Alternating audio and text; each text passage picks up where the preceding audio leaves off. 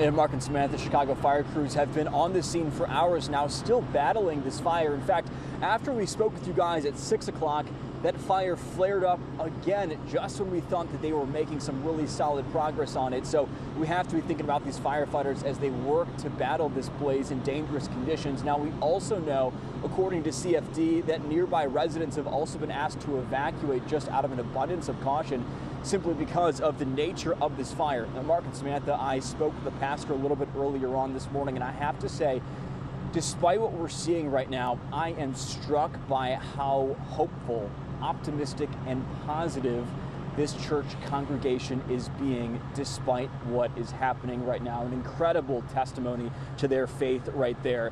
So this is happening at the Advocates United Church of Christ. I'm told by the pastor that they got an alarm notification at around 3:40 this morning. We're told by CFD there are no injuries, which is obviously the best news that we can get this morning. The church says there was no one inside. Now, a little bit more information about this congregation. It's a bit smaller, maybe 50 or so members. They say they've been around for about 10 years, but this building was actually constructed in the 1800s, so quite an old building. The church describes themselves as a ministry working to help the homeless population in the area as well. I also just spoke with a church congregant who was emotional, just really describing how awesome the pastor is and how difficult this time is for all of them.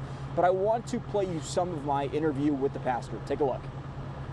I really don't have any words. I was just here today and we was doing ministry, and we left around 4 or 5 o'clock this afternoon. And so, ironically, even we was here to meet the building code inspector. We just passed the inspection, and so everything was fine. The congregation also tells me that everything they have inside the church is lost. The steeple collapsed. Just a really, really difficult situation. But I am taken aback by how optimistic and hopeful this congregation is despite what is happening right now. Of course, Mark and Samantha, as we learn more details about this fire, we'll be sure to bring you that information live. Back to you. Watch breaking news on YouTube. Subscribe to ABC7 Chicago Eyewitness News.